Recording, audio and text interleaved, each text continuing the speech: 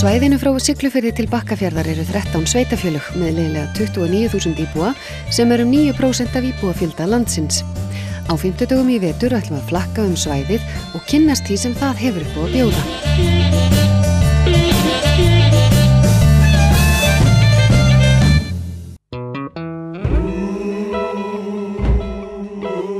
Í landinu eru starfandi 8 landshlutasamtök sem einkum sinna staðbundnum hagsmunamálum sveitarfélaga og eru pólitískur samráðsvettvangur sveitarstjórna í viðkomandi landshluta.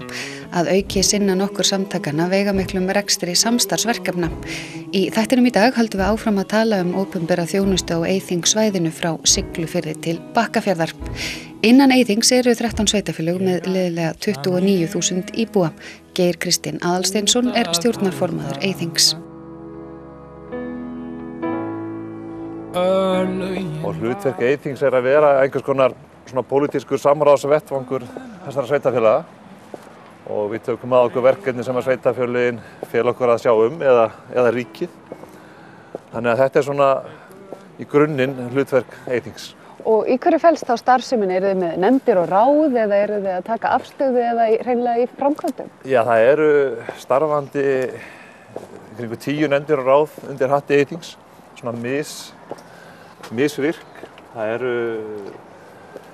svona sérstaklega 3 mjög virkar núna. Það er menningar á Eyþings hefur alltaf verið mjög virkt og það sér að útdeila peningum í menningarmálasvæðinu. Það eru fjármunir sem koma frá sveitarfélögunum og ríkinu og jafnvel fleirum. Við tókum á okkur nýlega mjög stórt verkefni sem snýst almenningssamgöngur út allt land. Okkar leiðir liggja hérna á svæðinu og til Reykjavíkur og Írstað. Og við erum með sérstaklega nefnd í þessum málum sem er mjög virk núna. Þetta er svona að fara í gang og er mjög stórt og mikið. Og svo erum við með fólk í tengslum við framhaldsskólann á Laugum og svona ýmsum tilnefnum aðila í margar nefndir út allt. Þannig að það er svona misvirkar nefndirnar en svona kannski 10-12 nefndir í gangi hverju sinni. Aðalfundurinn okkar er haldinn alltaf einu svona ári og þar koma 40 fulltrúar. Og þar gefum við út ýmsar ályktanir og það fer eftir tíðarandanum hvað við erum að ræða. Í aðdraganda Vaðlaheiðarganga vorum við til dæmis mjög aktíf í að gefa frá okkur yfirlýsingar. Flugvallarmálin? Flugvallarmálin mjög áberandi, eitt af þeim, já. Og samgöngumál bara almennt á svæðinu höfum við verið mjög aktíf við að láta í okkur heyra. Hvaða verkefni eru til dæmis verið að vinna í akkurat núna? Er eitthvað sérstakt sem er helst á döfinni hjá okkur? Já, stærsta verkefni núna eru almenningssamgöngumáli. Það er mjög stórt og flókið mál. Við erum líka núna að vinna að sóknaráætlunarverkefni sem fór í gangi í fyrra. Og það er mjög flott verkefni. Niðurstaðan úr mikilli vinnu var svo að það eru í gangi núna 6 verkefni hérna á Eyþingssvæðinu og þessi þættir eru eitt af þessum 6 verkefnum og þau ganga rosalega vel og eru mjög svona góð fyrir svæðið. Þess vegna finnst mér það mjög slæm ákvörðun hjá ríkisstjórninni núna að hætta í þessu verkefni, sóknaráætlun. Mjög vond ákvörðun. En þetta er svona þessi 2 verkefni sem eru stærst núna, auk menningarráðsins sem er alltaf virt allan ársins hring. Og síðan bara þetta kemur og fer. Vaðlaheiðargöngin voru áberandi sínu tíma og það er alltaf verið að auka ábyrgð landshlutanna, samtakanna í ýmsum málum og þetta er svona mjög breytilegt og fjölbreytt. Og er það jákvæð þróun að þínum mati að færa stjórnsýsluna meira heim í hérað og ábyrgðina og rekstur? Já, það eitt og sér finnst mér jákvætt að færa ákvarðanatökuna og fjármagni heim í hérað. En þá þarf að fara að spyrja þig, við erum með 2 stjórnsýslustig í landinu, sveitarfélögin og síðan Alþingi. Á meðan í öðrum löndum er þetta 3. stjórnsýslustig þarna á milli, það er að segja svona héröðin. Og við Íslendingar þurfum kannski að fara að ákveða hvort við ætlum að virkja það stig eða ekki. Og mörgum finnst eins og þessi landshlutasamtök séu komið með full mikil völd með að vera ekki stjórnsýslustig. Og það er svona mjög áberandi umræða í pólitíkinni á landinu. Hugsanlega bara eitthvað sem ætti að breyta? Jafnvel, það hefur kosti að kalla. En segðu okkur, við erum búin að vera að flakka hérna mikið svæði frá Siglufirði til Bakkafjarðar og ræða við marga bæði í opinberri stjórnsýslu og í atvinnulífinu og það eru auðvitað, sveitarfélögin eru gríðarlega misjöfn og svæðin, bæði kostir og gallar og veikleikar og styrkleikar. Hvernig gengur að vinna saman? Er barátta og milli minni og stærri sveitarfélagi eða er mikil eining? Sko, það verkefni dagsins og hefur alltaf verið að auka samvinnu. Við höfum að mínum að verið aðeins svo mikið í svona hrepparík og við kannski þurfum að fara átt okkur á því að við erum svo fámenn að við þurfum að vinna meira saman. Og það mín skoðun að það eigi að sameina fleiri sveitarfélög. Mín skoðun svo að þessi 13 sveitarfélög innan Eyþings ætti að vera kannski 3 til 6 eitthvað svoleiðis. Það mín skoðun. Það misjafnt hvað fólki finnst. Nú sveitarfélögin hafa mismikinn áhuga á samvinnu, það bara eðlilegt. Sumir bara eru sáttir bara með sitt og vilja bara hafa þannig, en aðrir vilja vinna meira með nágrönnum sínum. Þannig að það allur gangur á því, en mín persónulega skoðun svo að við eigum að vinna meira saman og sem svæði.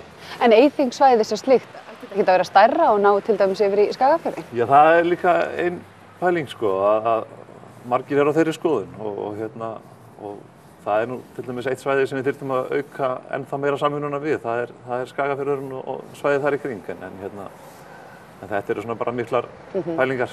En samvinnan sem sagt skilar árangri, það kannski lokað niðurstaðan? Já, það alveg klárt mál að við þurfum að vinna saman og nú eru stór mál framöndan eins og allt sem tengist norðurslóðum og olíuvinnslu og námavinnslu á Grænlandi og svona og þá þýðir ekkert að vera hver í sínu horni að berjast bit hana. Þetta svo stórt verkefni að við þurfum öll okkar að halda og gera það saman. Akureyringar 18.000 talsins og bærinn því langstærsti íbúakjarni Eyþingssvæðisins. Á Akureyri búa ríflega helmingur íbúa svæðisins. Hlutverk Akureyrar því óhjákvæmilega mikilvægt fyrir svæðið. Eiríkur Björn Björgvinsson bæjarstjórinn á Akureyri. Í hverju felst nú opinber þjónusta hjá Akureyrarbæ? Hún snýst fyrst og fremst að þjónusta íbúana og það náttúrulega á ýmsum sviðum. Svo ekki gleyma því að við erum að þjónusta líka bara gesti og þá sem að koma til bæjarins. Þannig að hún tengist í rauninni mjög mikið bara þjónustu hlutverkinu. En við náttúrulega rekum ákveðna starfsemi og svo starfsemi náttúrulega afskaplega fjölþætt. Við erum með rekstur á grunn- og leikskólum og við erum að reka félagsþjónustu og svona það sem að sveitarfélög gera almennt. En það sem að sker okkur kannski úr öðrum sveitarfélögum að við erum með þjónustusamninga við ríkið að reka til dæmis heilbrigðisþjónustu, við rekum heilsugæsluna á Akureyri og við rekum öldrunarþjónustuna líka í bænum. Þannig að það svona það sem að sker okkur frá öðrum miðað við það að bera okkur saman við svona sambærileg sveitarfélög. Við náttúrulega erum stærsta eða fjölmennasta sveitarfélag utan höfuðborgarsvæðisins og þess vegna höfum við náttúrulega gríðarlega mikið hlutverk og stórt hlutverk. Hér líka í svona stórum þéttbýliskjarna, stærsta þéttbýliskjarna á landsbyggðinni, eru líka fjölmargar ríkisstofnanir sem eru með sína þjónustu og það gefur okkur ákveðið hlutverk, setur okkur svona í ákveðið hlutverk. Og þá ég að tala til dæmis eins og háskólann, ég að tala sjúkrahúsið hérna, við erum með héraðsdóm og hér erum við með sýslumann, svo ég nefni nú bara eitthvað, útibú frá þjóðskrá og svo framvegis. Þannig að hlutverk okkar í samfélaginu á landsvísu gríðarlega stórt og svo við förum aðeins út fyrir sveitarfélagið sjálft að hér náttúrulega hafa sest að mörg fyrirtæki sem eru bæði með útibú hérna eða bara eru rótgróin akureyrisk fyrirtæki sem að veita þjónustu á landsvísu og eru það stór og það öflug af því að samfélagið svo stórt og öflugt. Það hljóta að vera kostur og gallar við það að reka svona stórt sveitafélag á þessu svæði þar sem eru minni sveitafélög í kring. Geturðu lýst því kannski aðeins fyrir okkur hvernig þú sér þá, kostin og gallarna? Já, kostirnir eru náttúrulega þeir að samstarfið á milli okkar mjög gott.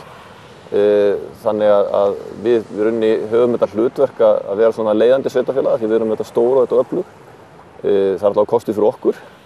Ég vona að minni sveitafélögin sjá það líka að þau geta þá nýtt sér stærð Akureyrar til þess að efla sig sjálf. Við segjum oft við getum ekki án hinna sveitafélagana verið og hinn sveitafélögin geta ekki verið án okkar. Þannig að þetta gott samstarf þannig séð. Gallarnir, ég veit það ekki, það oft þannig að vera svona stór því það að hinn sveitafélögin finnst við kannski oft mikil ógn og við kannski tökum ekki alltaf þetta hlutverk okkar nógu alvarlega, við mættum alveg gera það meira að vera leiðandi og við erum alltaf að reyna að passa jafnræðið og sem svo sem jákvæmt út af fyrir sig En það líka mjög gott út á við og sérstaklega gagnvart við ríkisvaldinu að við kannski tökum þetta forystu hlutverk sem að við svo sannarlega eigum að bera og höfum. Þetta alveg búin þessi umræða að, ég heyrði hana nú hérna alltaf forðum að það væri nú allir að koma hérna og nýta allt á Akureyri en borga ekki neitt og fara og greiða sína skatta í heimabyggð, jafnvel í smærri sveitarfélögum í kring. Þetta liðin tíð, þessi hugsunarháttur? Já, auðvitað þessi hugsunarháttur að sjálfsögðu, hann alltaf til og við heyrum þetta oft annars slagi. En ég held að það skiptir svolítið miklu máli bara þegar að menn líta á okkar hlutverk sem ákveð forystu hlutverk og viðurkenna það og virða það bara. Og þá þurfum við náttúrulega að veita ákveðna þjónustu sem við erum ekkert endilega að þiggja í beinum skatttekjum. Við gerum það kannski með óbeinum hætti. Tökum sem dæmi bara alla þá stúdenta sem koma hérna inn í bæinn og eru að nota hér ákveðna þjónustu. Við njótum þeirra tekna, það að segja að fyrirtæki verslun þjónusta nýtir þeirra tekna þó við séum ekki að njóta skatttekna af þessum einstaklingum. Við notum aftur skatttekna í gegnum þá sem starfa eða að þjónusta svo aftur hérna þessum skólakrakka, til dæmis eins og kennarar hér við háskólan eða við framhaldsskólana. Þannig að þetta svona bara hvernig maður lítur á hlutverkið og hvernig maður að tala þessar svoköldu beinu tekjur sem sveitarfélögin hafa. Það náttúrulega töluvert rætt sameiningar og rætt að sameina sveitarfélög, jafnvel með þvinguðum aðgerðum. Nú höfum við einhverja reynslu hér, Hrísey og Grímsey og hluti af Akureyri. Hver þín sýn? Sérðu fyrir þér að það væri heppilegt fyrir þetta svæði að stærri og fleiri sveitarfélög myndu sameinast í Eyjafirði? Já, ég hef haft þá skoðun og hef haft þá skoðun lengi að sveitarfélög í Eyjafirði ættu að sameinast í eitt sveitarfélag. Við náttúrulega, það er spurning hvernig við gerum það. Við vorum sammála það hér 2010 að reyna að auka samstarfið og það gæti þróast út í þá frekari sameiningar. En ég held að við verum enn öflugri, við erum öflug hér í Eyjafirði en við getum verið enn öflugri með einu sameinuðu sveitarfélagi. Og það sem maður þarf bara að passa og ég þekki það af eigin reynslu hafandi verið bæjarstjóri í öðru sveitarfélagi sem að sameinaðist á mjög stóru svæði. Það að tryggja það að þessir íbúakjarnar sem eru þá í landstóru sveitarfélagi að þeir fengju að blómstra og njóta sín, ekki bara einhver einn kjarni. Ekki bara Akureyri gleypi nágrannasveitarfélagi? Nei, og það er ekki til sjálfu sér markmið Akureyrarbæjar að gleypa hinn sveitarfélagi. Við erum sterk vegna þess að við höfum svona sterka kjarna í kringum okkur og hinir kjarnarnir eru sterkir og öflugir vegna þess að þeir hafa Akureyri. Og næstu nágrannarnir, Eyjafjarðarsveit, Svalbarðsströndarhreppur og svo Hörgársveitin. Þetta eru góði nágrannar, ef ekki bara samliggjandi hérna hreinlega við bæinn. Er samstarfið gott þarna á milli? Samstarfið er mjög gott. Við vinnum saman á mjög mörgum sviðum. Við rekum eitt öflugasta orkufyrirtæki landsins, Norðurorku, sameiginlega sem dæmi. Og við erum í samstarfi varðandi þjónustu við málaflokk fatlaðra, eða við fatlað fólk. Og það samstarf gengur bara mjög vel. Og samstarfið milli okkar framkvæmdastjóra sveitarfélaganna er afskaplega gott. Þannig að ég held að í rauninni framtíðin mun að sjálfsögðu skera úr það hvort þetta verður einu sveitarfélagi eða ekki. En ég held að þetta sé svona byrjunin að eiga gott samstarf og það leiðir þá vonandi til þess að stjórnsýsla, þetta snýst bara að sameina stjórnsýslu, þetta snýst ekki að sameina byggðakjarna, þetta snýst að sameina stjórnsýslu og þannig getur orðið í framtíðin. Eitt þeirra sveitarfélaga sem næsti nágranni Akureyrar er Hörgársveit sem í raun samliggjandi Akureyri þar sem bæjarmörkin eru við húsasmiðjuna á Lónsárbakka. Guðmundur Sigvaldason er sveitarstjóri Hörgársveitar. Það er rétt að þar eru mörkin, sem sagt við suður vegg húsasmiðjunar og Blómavals og þannig að því leyti er sveitarfélagið sem sagt mjög tengt Akureyri og sem sagt út frá skipulagssjónarmiðum þá erum við að tala sama svæðið að þessu leyti. Já. Að Akureyri nærunni, þéttbýli Akureyri nær að þessu leyti inn í þetta sveitarfélag. Þetta eru tæplega 600 manna sveitarfélag sem nær ofan frá Öxnadalsheiði og út fyrir Faraskóg, meðtalið er Hjalteyri og svo inn til Akureyrar. Já, þetta búa hérna 600 manns tæplega. Megin uppstaðan í atvinnufólks er landbúnaðurinn. Það eru mjög stór öflug býli hér með mjólkurframleiðslu og kúabúskap og svo sauðfjárrækt. Þannig að það er svona megin atvinnugreinin og yfirbragðið af því leyti. Það er náttúrulega líka margir sem vinna á Akureyri og annar staðar hér í firðinum vegna nálægðarinnar við stóra þéttbýlisstaði, hvort sem það er Akureyri og Dalvík og víðar. Megin sérstaða sveitarfélagsins svo þessi nálægð við stóran þéttbýlisstað sem Akureyri og vera miðsvæðis á Norðurlandi.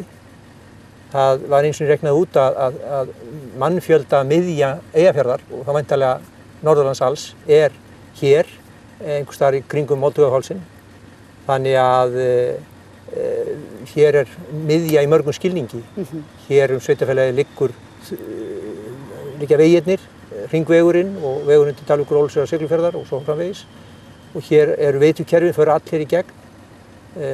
Héðan kemur mikið af heitu vatni til Akureyrar og nágrennis og það má ekki gleyma reyndar sérstæða sem vissu leyti felst í mjög mikilli menningararfleifð, sögulegri arfleifð, menn þekkja það vel. Gásir sem besti varðveitti verslunarstaður landsins frá miðöldum í sveitarfélaginu, Möðruvellir með alla sína gríðarlegu sögu, Jónas Hallgrímsson og svona get ég haldið áfram. En það nú reyndar alveg ótrúlegt að þetta skuli allt safnast hérna á svæðinu. Hvernig skýrirðu þetta? Þetta skáldavatnið á svæðinu? Það ekki gott að segja en eins og ég sagði, þetta ákveðin miðja hérna. Þannig að svæðið miðsvæðis í mörgum skilningi, sérstaklega við talum um landsbyggðina, þannig að það örugglega að hluta til skýringin. Og svo heyrir maður það nú ofta að hérna sé ákaflega líflegt félagslíf og mikil samheldni sem að ég kannski einmitt vegna þessara nálægðar við Akureyri ekkert endilega sjálf gefið að sveitarfélagið sé það. En hér nú oft, svona einhvers konar samkomur. Já, það alveg rétt að það ágætt mannlíf og félagslíf prýðilegt. Það eins og bendir á, það ber dálítið keim af nálægð að vissu leyti við stórt þéttbýli sem Akureyri en það samt þannig að hérna öflugt leikfélag og hér haldin árshátíð fyrir félögin í sveitarfélaginu og fín þorrablót og svo framvegis, þannig að það vantar ekkert upp á það.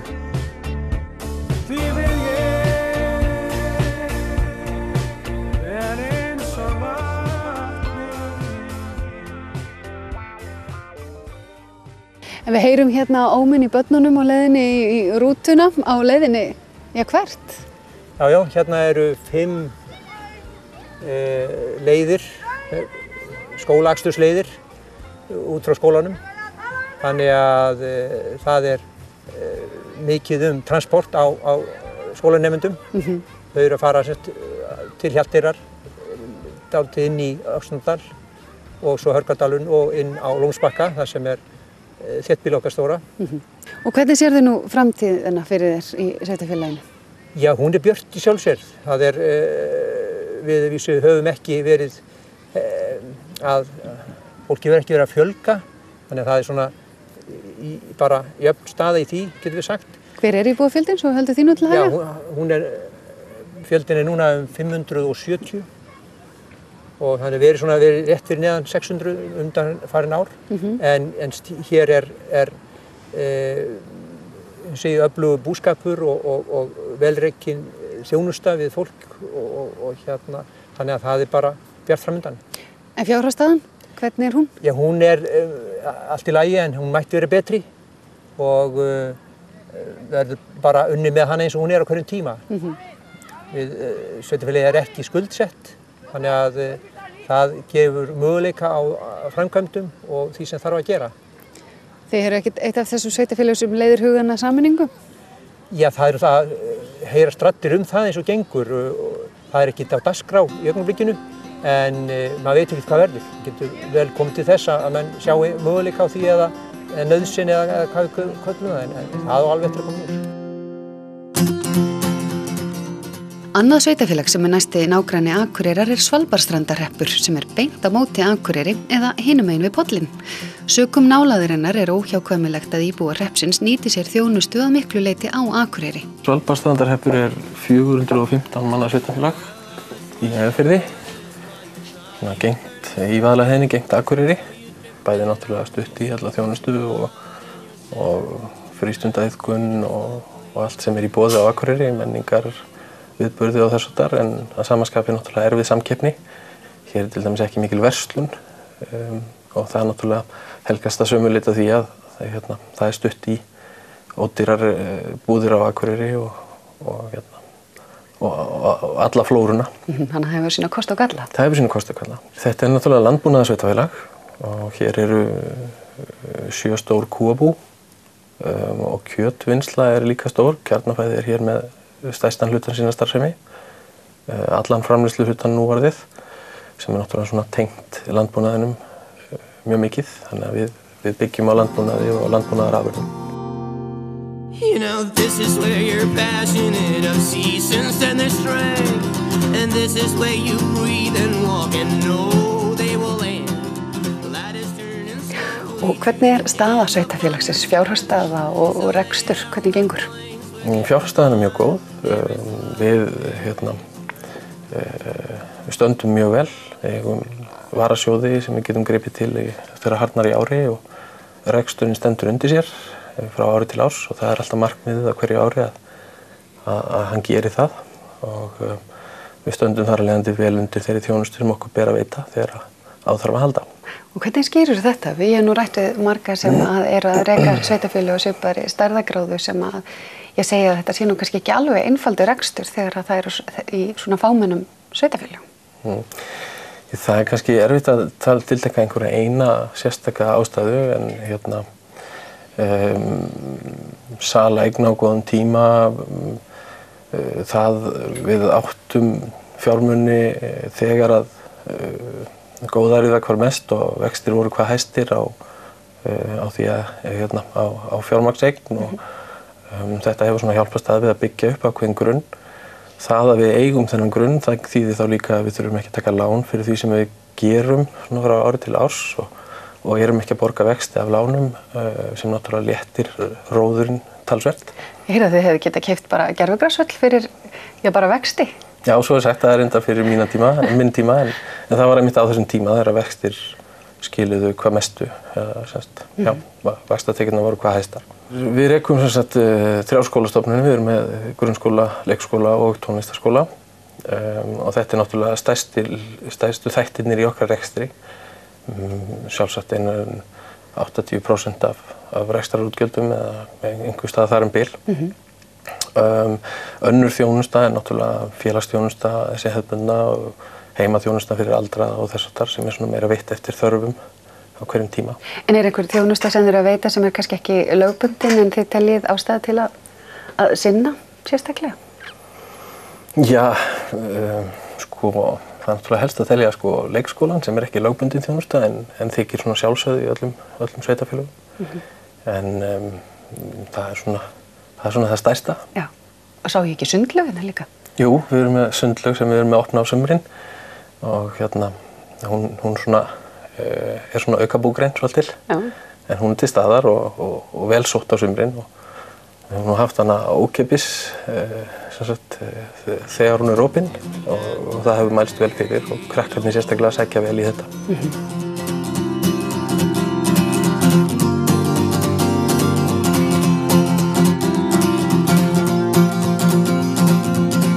Ef íbúarnir eru ánægðir með þá stöðu sem þeir eru í, þá finnst mér eðlilegt að þeir megi vera að reka sitt sveitafélag sjálfir. Þannig að þó ég hafi nú kannski einhvern tímann verið hlynntur lögþvingaðri sameiningu, að þá finnst mér það nú kannski allavega ekki eiga að fara eftir stærðarforsendunni ef þannig er. Ef þú ert með rekstrarhæft sveitafélag, þá hafa það fullan rétt á sér. En svona að lokum, hvernig sérðu fyrir þér framtíð sveitafélagsins? Hvað langar þig að sjá breytast og þróast og hvað, eða viltu kannski halda áfram á sömu braut? Ég myndi segja að við ættum að halda mikið til áfram á sömu braut. Hér eru ýmsir möguleikar og við erum svona að vinna að því að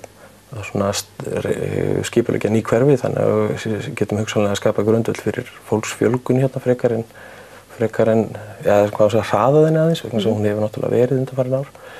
Þannig að við erum svona að horfa til þess að hingað geta dregist fleiri íbúðar. Þannig að hreinlega fara að byggja íbúðarhúsnæði? Já, það er skortur á íbúðarhúsnæði hér. Leiguhúsnæði er nánast ekki til staðar. Þannig að þeir sem að hafa í hyggju að flytja hingað, þeir eiga svolítið erfitt uppdráttar. Það er erfitt að finna húsnæði fyrir nýja íbúa. En það verður bragarbót á því? Það verður vonandi bragarbót á því.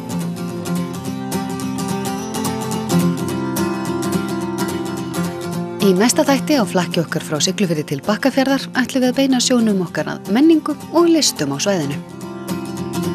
Well, we don't know if you're true.